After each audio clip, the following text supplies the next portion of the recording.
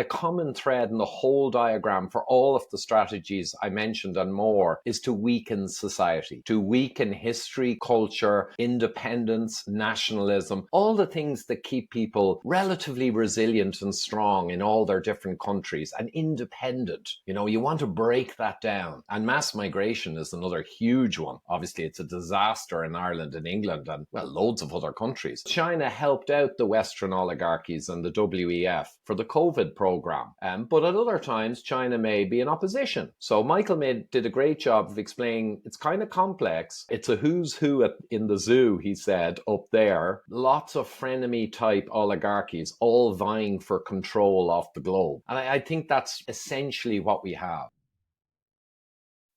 Welcome to Discourse with Christian. I'm your host, Christian White, and today's guest is Ivor Cummins. Ivor is a biochemical engineer, corporate complex, problem-solving expert, and YouTuber. Ivor, thanks so much for being on the show today. Great to be here, Christian. A lot of stuff going on in the world. I mentioned that, of course, with most of the great guests that I have, and grateful to have you on. Would love to start off kind of your current take on things, wherever you'd like to take it around the world. Whoa, if in doubt, zoom out, hey? Yeah, I've traveled around the world over the last year with the Maverick organization, kind of mostly banking and investment type people who came together after COVID and realized we had a lot of challenges in the world. And they look a lot at plan Bs, like going to have domicile in Argentina or Caymans, and that's kind of their focus. I'm more a stand and fight person myself here in Ireland. But yeah, we have a lot of challenges. I was brought over to Florida last year based on a root cause diagram I did. For my complex problem solving world, we do root cause bubble diagrams to give clarity on what's going on and potential causes. And I kind of rejigged that to show what's happening in the world. And essentially in the middle is globalist utopia, I put in the middle. It's kind of paraphrasing it. It's what the ultra-rich banking elites and the globalists really want. They want a managed ant farm, I would say, in the West particularly. China already has a very well-managed ant farm, if you will. So that's what they want. And then I put all over the diagram all the strategies that are all synergistic and going towards their utopia, for them, of course. And we have the COVID program. And I have all the lines and bubbles showing what it achieved. It achieved censorship. Imagine in 2020, we made censorship great again after, nearly a century without really having that in the West. And it also helped with profiteering for all the partners of the WEF, all the corporates, all got to profiteer. I think it's estimated now around $15 trillion passed from the ordinary and the poor to the globalist and the corporate class during COVID. So a lot of money was made there for all the partners to keep them happy. So I could go on, but also COVID gave a control structure. They created a mass formation in the people, a panic was created. And as a result, people accepted all the new crazy laws and rules and masks and, being locked down. So they moved forward the control structure, the Chinese style kind of population management. So anyway, that's just COVID in one corner of the diagram, which obviously when I described all the things it achieved, it moves towards a globalist utopia. But then we have CBDC that's on the way, the central bank digital currency, programmable. That's an enormous tool of power and control over the people and censorship, because at any given moment, your assets could freeze, your currency freezes. And if you go to your bank to complain, they'll say, well, we don't run it anymore. And they'll give you a phone number somewhere in Europe or East Coast America or Geneva, and you'll ring that and good luck getting an answer, right? So you can be switched off remotely, centralized control. And then as we go around the diagram, we have the war on farmers and all what we've seen in the last few years. And that's to kind of kick us in the legs and take away our resilience, our local high quality foods, and move us towards a corporate fake food, processed food supply chain. So we lose our resilience. The climate is on there. That's obviously an enormous power play because you create scarcity in real fuel, which drives population progress and, good times. That's all based on real fuels, fossil fuels, they call them. So that's another strategy. And I won't go through the others, but you can probably get a visualization of what it does. It allows a normal person, an average person, to kind of see through all the confusion of all the madness that's going on and see that it's all coherent. And a common thread in the whole diagram for all of the strategies I mentioned and more is to weaken society, to weaken history, culture, independence, nationalism, all the things that keep people relatively resilient and strong in all their different countries and independent. You want to break that down. And mass migration is another huge one. Obviously, it's a disaster in Ireland and England and, well, loads of other countries. But that weakens the culture and the history. And we're told, oh, it's out of date to be sovereign or to value your own culture. We're all one big family now. So it's a lovely message, right? But the reality is it's a very sinister strategy, the mass migration. Weapons of Mass Migration is a book published, Michael Yon told me, decades ago by a lady socialist person. And it goes through how mass migration is a weapon and it weakens societies you're opposed to. So I guess that's kind of the overview of some of the things going on. Who are the globalists? I often get asked. And the problem is if you start getting too much into Rothschilds and Wagners and Wallenbergs and the banking families, you run the risk of being called an anti-S. It's a very dangerous slur that they can use as a weapon. So you have to steer clear of that, even though we'd love to talk openly about such influencers, but we can't really. I thought Michael Yon put it very well. His opinion was that there's a meta tribe of oligarchs, and includes the Russian oligarchies, Chinese, of course, the CIA deep state and all the intelligence services and the super bankers. But he loosely sees them broadly as a Zionist type kind of political forces. It's a power system and it ties closely to Zionism. And he was at pains to point out that there are more Christian Zionists than there are Jewish ones. Zionism is not Jews and it's not Israel. Zionism is more just a long running kind of power play to control and manage the world. It's kind of a colonial thing. So I love the way he said a meta tribe of oligarchies. They're frenemies, sometimes they're enemies, but they work together. Great example is China did a solid for the Western oligarchs to help launch the COVID scam. They had the falling man, welding doors shut, right? So China helped out the Western oligarchies and the WEF for the COVID program. But at other times, China may be in opposition. So Michael did a great job of explaining it's kind of complex. It's a who's who in the zoo, he said, up there. Lots of frenemy type oligarchies all vying for control of the globe. And I think that's essentially what we have. Yeah, I think it's fascinating. Michael mentioned about kind of a multi-spectrum war going on, and that it's been going on, and a lot of people are not even aware of it. I don't feel like I was awakened, and I'm just entering this alternative media space. I feel like I'm just more awakened. This started like really last summer, Ivor, and there's so many rabbit holes, and you covered so many different things that are just absolutely fascinating. And you mentioned you addressed one of the first things, which was something I've been asking people is who do you define to be kind of the head of the snake? And I know you kind of mentioned about it's kind of a transnational. Some of them are working together, some of them are not. I don't know if you care to get a little granular with that. I would actually, and there's a diagram, and again afterwards, if you want to, or I might just put on screen some of the diagrams. But there's a diagram done by a British gentleman, and I really liked it because I have always talked about the Rockefellers, Kissinger, the Rockefeller Brothers Project, Bilderberg, Club of Rome, Council for Foreign Relations, Trilateral Commission. And we've got all of these super power players that have driven us over the last half century to where we are. But this gentleman Ayn in UK put that strata not quite at the top of the pyramid. At the top of the pyramid, he put the BIS, the Bank of International Settlements, and the huge bankers and banking families, without getting into names. So I tend to agree with him that really at the top is banking and money, you know. But it's safer to focus on the Rockefeller level where people can recognize they know about the Rockefellers. They certainly know about Kissinger, very bad man.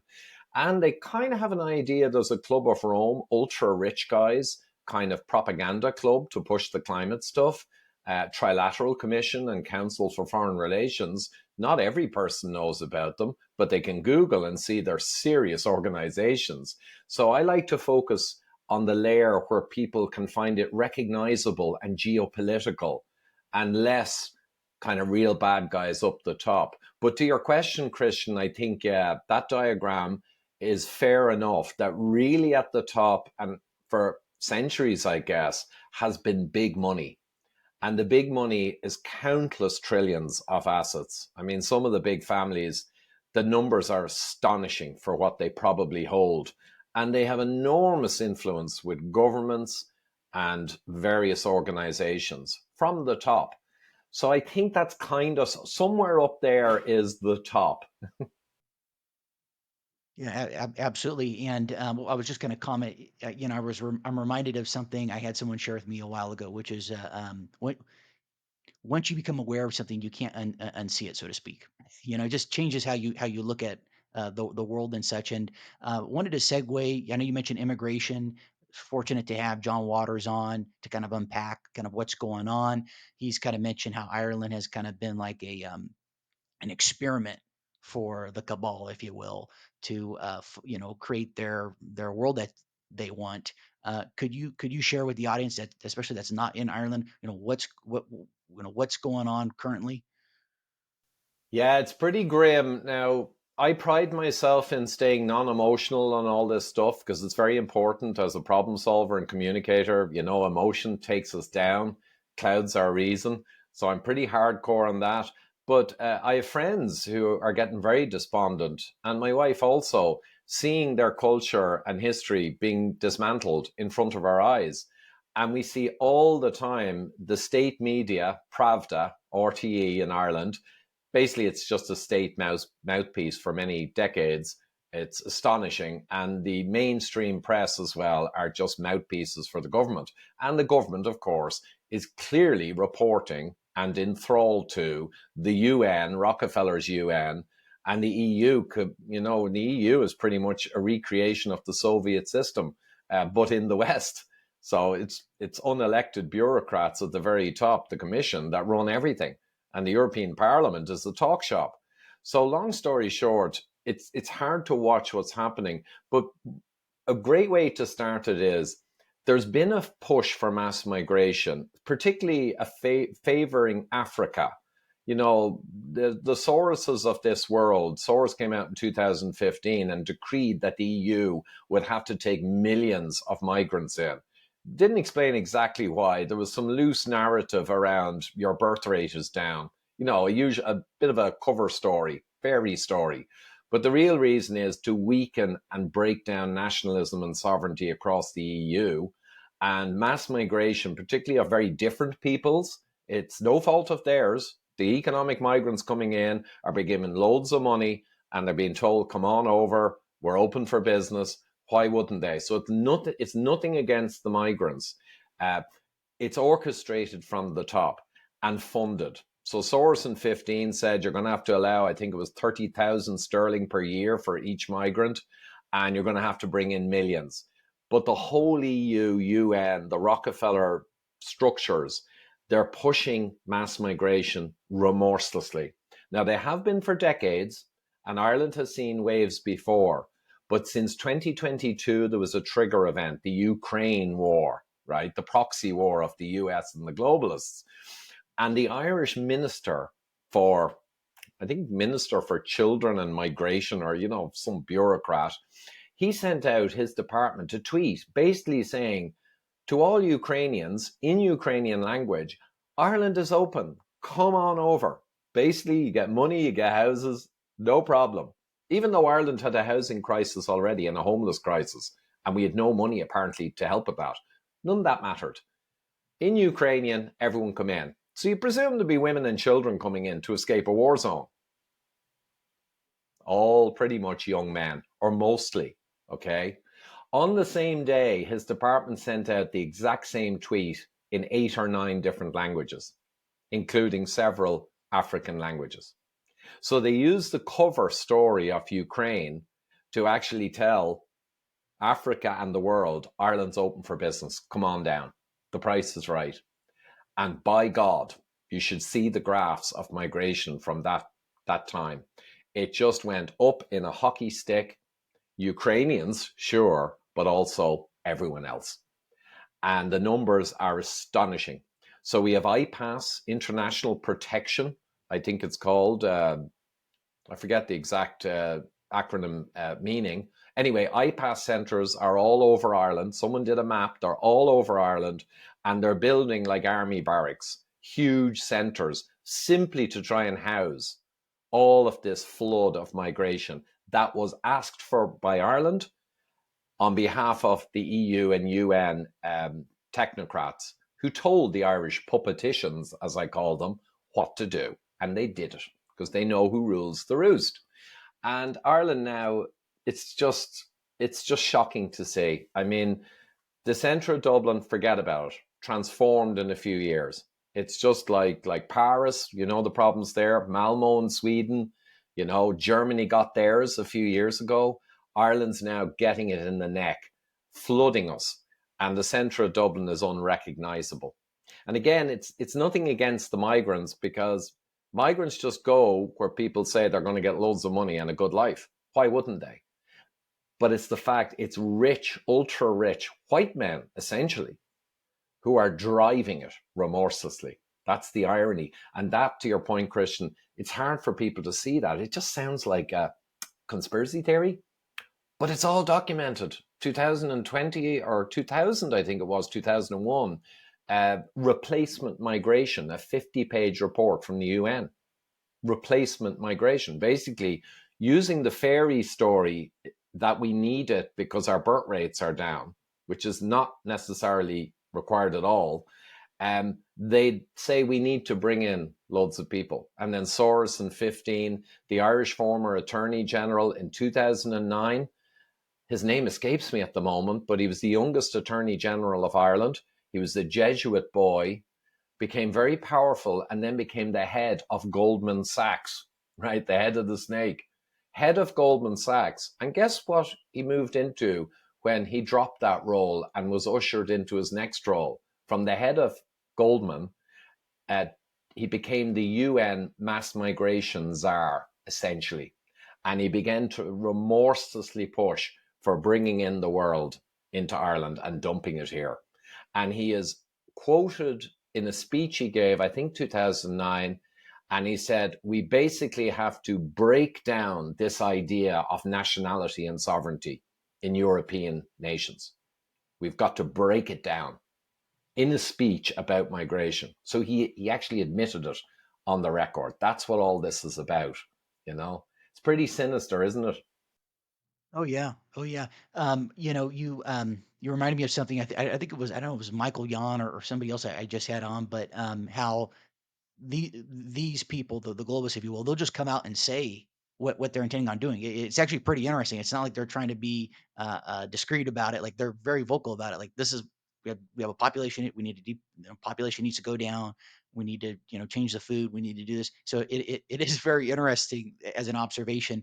And then as far as immigration goes, it's so fascinating is just the reoccurring themes throughout past epochs. I was just listening. Somebody had a YouTube video. It was like Aristotle's like politics. It was like some summarized thing. Or I was just kind of listening to it out of curiosity, and it sure as hell a lot of the same topics. Talk about immigration. I mean, hey, I'm all about people immigrating if you do it legally, and you have to assimilate. You have to be able to speak the language. If I ever go to Ireland, I'm not going to be going off doing my own thing, especially if I have my whole family and such. I'm going to be assimilated. I'm a guest over there and such. And you obviously don't see that with people going to these other countries. Same thing over here. I'm in California. 4 hours south of me is Los Angeles, and and as far as a lot of issues there, especially with the ice raids that went on and presumably are still going on. Um, it's crazy. Yeah, it's pretty grim. And Michael, in my interview with him, I think he caught that one.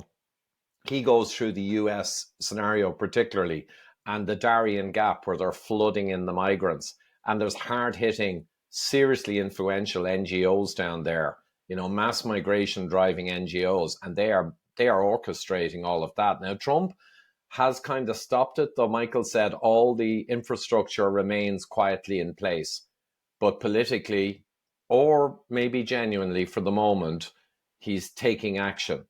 And there's lots of debates around Trump. He's clearly, as Michael said, from his own words, is a Zionist. So that's not ideal. But is he only doing what he kind of has to do to keep the power brokers happy? He's just doing enough, and he's also trying to do things we might perceive as good, like stemming the flow of the mass migration. Or is he really in with the whole club, you know, the meta tribe of oligarchs, and he's actually fooling us all?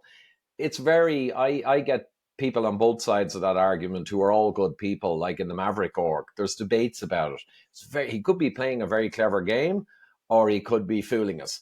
It's very hard to call.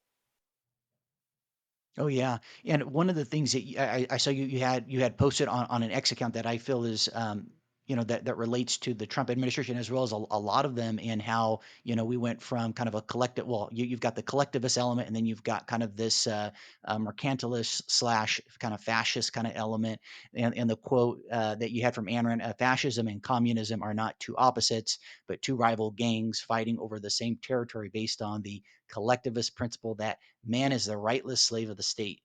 And that just stood out to me. I thought that's just a great quote from Ayn Rand. Amazing quote. And I always, even before I saw that quote, and I put it on the front page of my pinned tweet video where I try in 20 minutes to explain what's happening in the world, which isn't easy, but I think it's pretty good. So I pinned the tweet video. But I love that quote because that's what I was trying to tell people. You know, this left and right, fascist, communist, is all now nonsense. I mean, half a century or more ago, it had some coherence, it had some usefulness as terminology. It's over. You know, the left and right doesn't mean anything anymore. All that really I could see as a separation. Are you libertarian, less government, less bureaucracy, and more freedom? Are you that person? Or are you pro government, technocracy, rules based society, yada, yada, yada? Now, at the moment, the left are obviously the worst for my definition. They're what they want us under the bed wearing 16 masks, and they want speech bills brought in to shut down free speech. So the so-called left are the worst. But then there's a lot of Republicans supporting a lot of nasty stuff as well. So it's better to think of: are you libertarian, smaller government, freedom being absolutely vital, above nearly anything else? Or are you towards bureaucratic control, which is always going to bring you towards tyranny? There is no exception to that. The more power you give governments and the more rules based society you allow, you are on the slippery slope to outright tyranny or a social credit system. You might manage to slow it down and hold it at some point, but it's very hard to take back the massive governmental bureaucracies and NGOs you've allowed to take hold. Now you got a massive inertia to overcome. I mean, that's where we are. This is the problem. The media is gone. The NGOs, big pharma, and all the corporates fund the media. So we've lost the main media. The governments are all beholden now to the UN, all the way up to the globalist bankers, if you will. So we've lost many of, or most of our politicians, right? So we've got a challenge now. I believe it's all on the razor's edge. It's all to play for. I always say that message. That's honest. It's not like we're doomed, but it is the razor's edge. And the next couple of years will be enormously important that we get more people to awaken and begin, like my father and his pals in their late teens used to write letters to the newspapers about the politics of the day. They were engaged in the issues of the day. But look around us now. Everyone's written off politics, and they've got a point, but it's very dangerous. I think it was, oh, I don't know, Cicero or one of the greats said, the price you pay for disregarding politics is to be ruled by evil men. And that is more true now than ever, unfortunately, even though politics is so, I always absolutely had no time for politics. I thought they were idiots, nearly every one of them. But now I'm realizing by taking my eye off the ball, along with millions of other people, and getting busy with career, family, mortgage, and all the other stuff, I then wake up like to the likes of COVID and realize, oh, we should have been watching and responding and pushing back way earlier. It's pretty interesting how surreptitious they are with gradually rolling things out. You need a pretext. I'm reminded, I'm a big history guy. I think I remember reading something about the Romans, how they wouldn't go and attack somebody unless there was a good excuse. So then they'd find, they get very supernatural people, or they were very much into superstitious, and how you got to find a reason. And so it's interesting how you have people try and foment and poke the pot, create the problem, okay, then provide the solution. And I feel like you can see that as evident throughout. Of course, you're in the health space and things of that nature, and how that's used. As far as these globalists go, Ivar, would you say it is there is a, I guess, for lack of a better word, a absolute intent to do harm, like an evilness, if you will, even some might call spiritual, or would you say it's more of they are delusional in that they think what they're doing is good, and that there's different shades of it going on, so to speak? Yeah, that's a great question. Dr. Jakob Nordengerd, when I mentioned the word evil in an interview with him about the Rockefellers, he stepped in and stopped me and he said, well, actually, Ivor, of course we would see what they're doing as evil, and it is, but they don't perceive themselves as evil. They perceive themselves as masters of the universe, and the little people, and they've often said it, aren't capable of governing themselves or managing themselves. You know, the 99% of them are just, like ants in an ant farm. And we, the elite, need to work together with all of our organizations and links to government. We need to manage these little people, in a properly managed environment. So I'd say quite a few of them uh, believe what they're doing is just the thing that needs to be done. Okay. But I'd say over the decades since the Rockefeller structures and UN have grown, I'd say it's been an absolute magnet for sociopaths.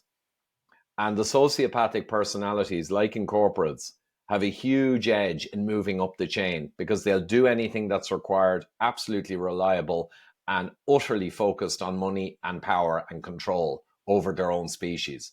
So I'd say the whole lot of them now are riddled with sociopaths, unfortunately. But that could cause them to overstep. On the positive side, they have overstepped on many occasions and had to pull in their teeth. We saw the really funny one, monkeypox, declared an international health emergency. Crazy, right? But Tedros overruled the technical committee of the WHO in 22 and forced it to be a public health emergency of international concern. And the thing fell on its face because the people just weren't having it. And bird flu, I was worried about last year because I was watching bird flu. I knew they'd use that to kick at our legs again, our resilience, and start forcing people to not have chickens, bring in more anti-meat agenda, right? And they did bring it in, and it was in all the puppet press talking about bird flu, and they did kill millions of birds around the world, but then it keeled over, you know? So I think there are enough people now who are getting very suspicious that are there in all levels of organizations that are beginning to ask questions as opposed to just roll along with the experts. So I think there's a lot of good signs. I mean, the Ukraine proxy war has failed.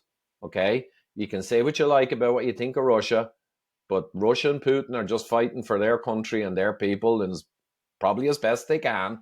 And they're going to be nasty about it, just like the CIA is for the America. It's going to be some people disappear or fall out of windows. That's just goes with the turf when you're running a country, 170 million people. You're going to have to play hard with potential enemies.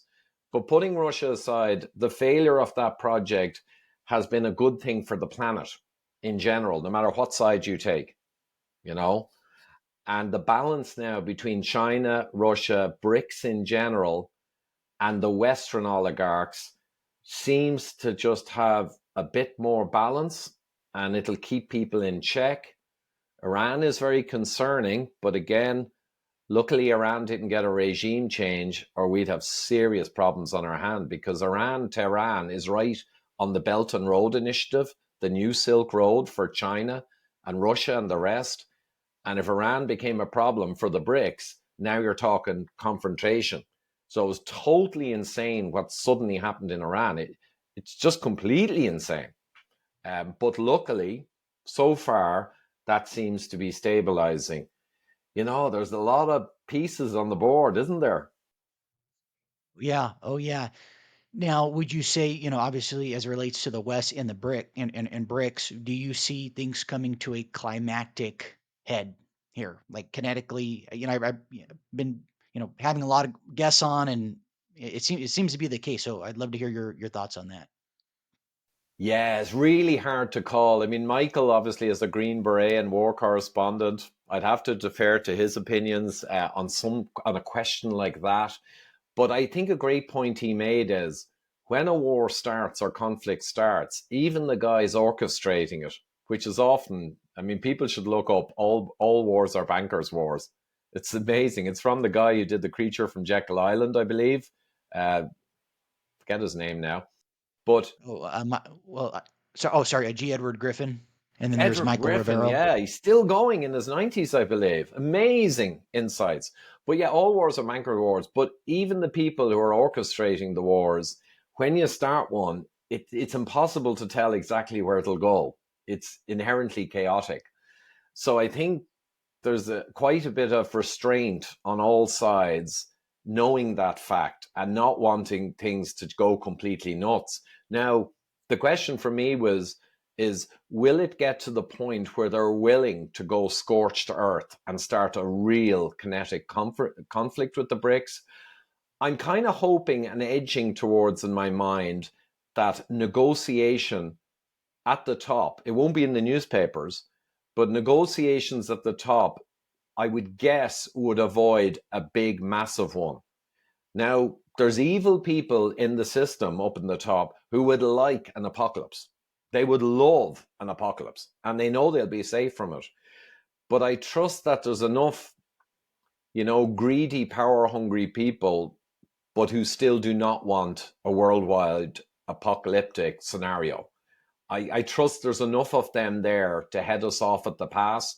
But things the next 10 years are going to be they're going to be tricky, and we're going to be regularly going close to that, I'd guess, crisis after crisis. So it's going to be very hard for the average person who doesn't understand this, who's just always feeling, oh my God, what's going to happen now?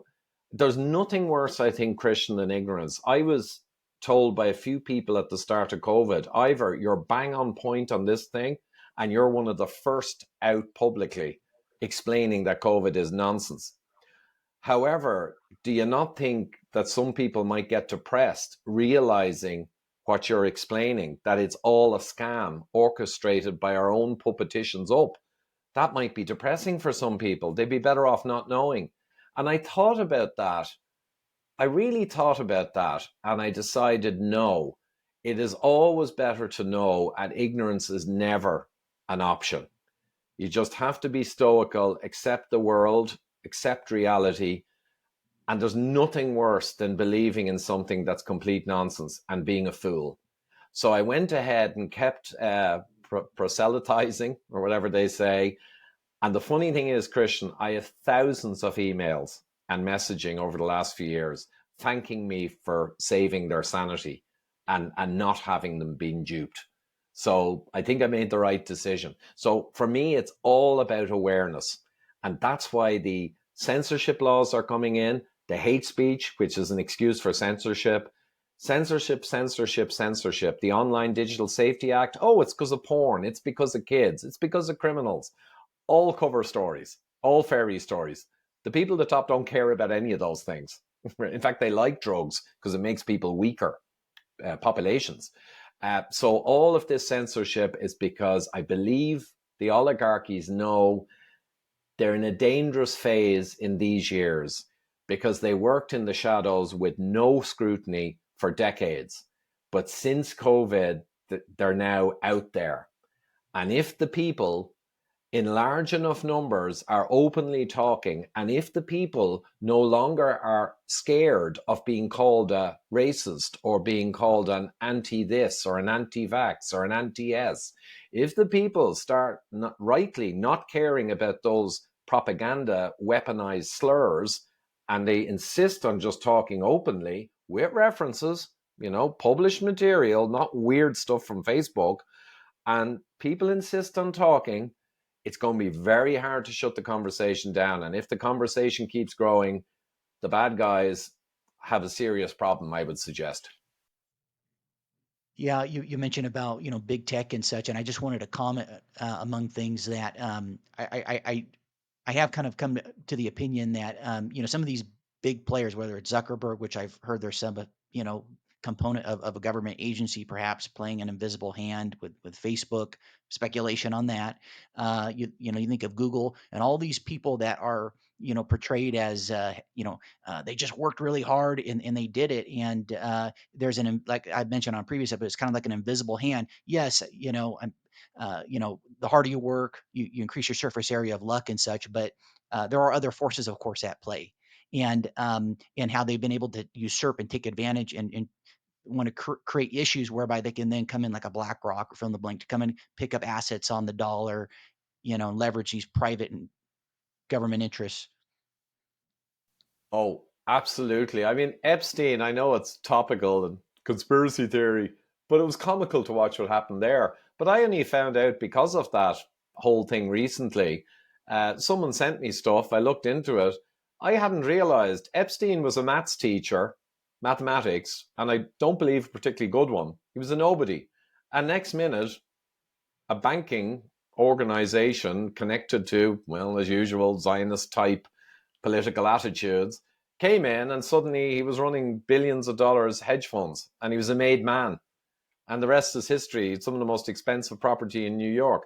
So that's the kind of thing that can happen you that's not to do with hard work, to your point.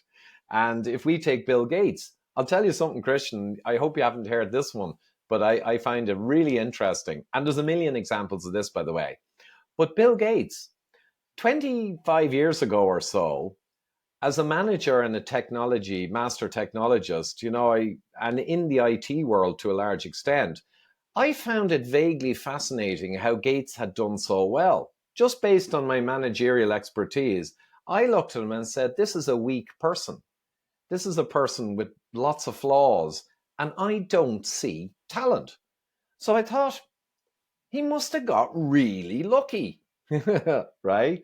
And IBM gave him a sweetheart deal for essentially what was stolen software, in a sense. How did that happen? Well, I'll tell you, because Professor Richard Werner, he's pretty famous anyway. I interviewed him and that came up in passing and he smiled and he said, oh, do you not know about Bill Gates and his father? And I said, no. And I knew all about the Rockefellers. I was lecturing on them. And he said, well, Bill Gates Sr. Was the chief counsel for the Rockefellers, the foundation. He was right in there. And I went, ah. And he said, so we all assume young Bill is geeky. We can use young Bill because we need to get in and have big ownership of the computer space, right? So how about we use young Bill? Yeah, good idea. And the rest is history, because the head of IBM at the time was in Planned Parenthood, the kind of eugenics outfit, with Bill Gates Sr. and other Rockefeller people. So it always goes back to the same club. So yeah, a lot of these moguls, you won't always find out, but somewhere along the line, they were helped in a mega way, because in the future, they would become an important part of the infrastructure. And I'm guessing, I don't know about Zuckerberg, but there's so many examples like Epstein, Gates, and just loads more. Maybe Zuckerberg got lucky. Yeah, who knows? Maybe not. Yeah, I had Kerry Lutz, who has a great podcast. He was mentioning, I guess, DARPA, which is like some government agency. There's speculation that that they help to kind of get him going as a means to collect user, yeah, collect user stuff. Any other things that you'd like to dispense or share with the audience, and then of course how people can learn more about you, Ivar? No, I think I know, and I absolutely agree and respect that, Christian, that you like to do around 40 minutes, and people don't need huge long ones. So I'm gonna cut it largely. I would just say something we didn't touch on that's very heartfelt from me and very genuine, is to get your family's assets a portion based. This is not financial advice, but get financial advice and get a portion of your pension or funds or investments, particularly high net worth people, into physical gold, silver, or even platinum, palladium, yada, yada, yada. I won't go into specific percentages or breakdowns. I know mine. I just think it's really, really important with CBDC coming. And, people, there's a free consultation. My last few videos, I have a link in them. People want to watch some of my videos. Generally, there's a link there to a really good outfit in the UK that serve worldwide who will do free consultations. So I just think it's really important. And I've been increasing my percentage. Only started in December 2020 because COVID made me realize, research a bit, and find out where we were heading. And I had a phrase back there, Christian. Believe it's my phrase. I made it up. I said there's only two things you can trust in terms of pension and stuff: metal and dirt. So precious metals and maybe land is relatively safe. But that was it. And ever since then, I've just been increasing position. Obviously, I've done very well, but I think there's a long way to go. And as the dollar collapses, the price of the metals doesn't go up. The collapsing paper fiat currency is basically toilet paper, and it's rapidly going down. And the only safe way, I believe, is physical possession of precious metals. I don't know what you think about that one. Oh, I completely agree, especially what Professor, I think it was Werner. I think I was just listening to him on Tucker Carlson talk about the wonderful fractional reserve banking and how, boy, I could go off, I could just go off on a tangent. I just can't believe how much we've been lied to, how much is obfuscated throughout history, and even currently, it is mind-boggling to me. It's astonishing, Christian, and it's many years ago actually I discovered Mike Maloney. And if you look up the secret history of money, I think it's a 10-part YouTube with professional animations and explains the Fed and how the system works. And it's an absolute Ponzi scheme. Secret history of money. But yeah, I mean, the good thing about this concept though of metals being so important is you got to be careful. General Patton, I'm a big World War II buff. I watched all the documentaries. Now, I found out since that it was quite different than I was told World War II, but we won't get into that. But Patton said if everyone's thinking the same, somebody ain't thinking. And it's the danger of groupthink.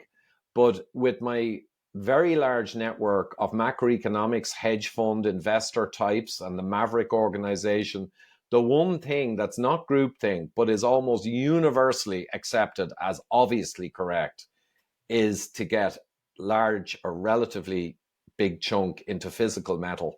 Um, I don't know if I've heard anyone really making a coherent case otherwise.